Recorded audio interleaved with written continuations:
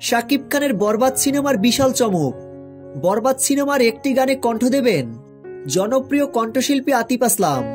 সম্প্রতি আতিফ আসলাম গত 2 দিন আগে বাংলাদেশে কনসার্ট করেছেন।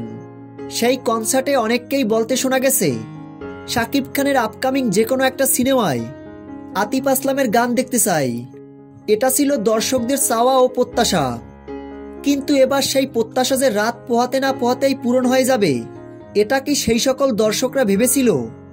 এবার বরবাদ সিনেমায় থাকছে জনপ্রিয় কণ্ঠশিল্পী পাকিস্তানের আতিফ আসলামের একটা গান। সত্যি বরবাদ সিনেমাটি বিশাল বড় চমক নিয়ে আসতে চলছে।